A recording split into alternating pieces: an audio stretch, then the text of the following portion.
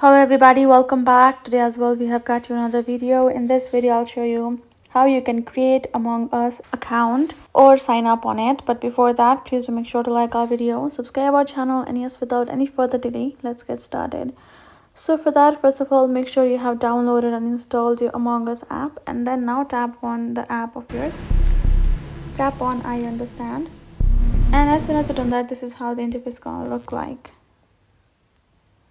I'm gonna cross this out. You can see it as soon as you've done that, this option will pop up. You can create your account with your Apple ID as well, but I don't want, so I'm gonna cross it out. Right, so see, I have to sign in with the Apple.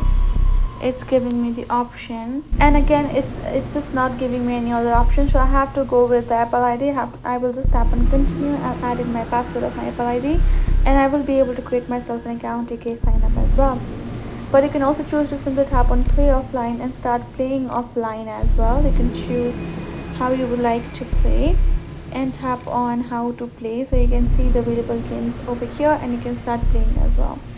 That is basically it. So I hope this video helps. Thank you so much for watching. I will see you guys in our next video.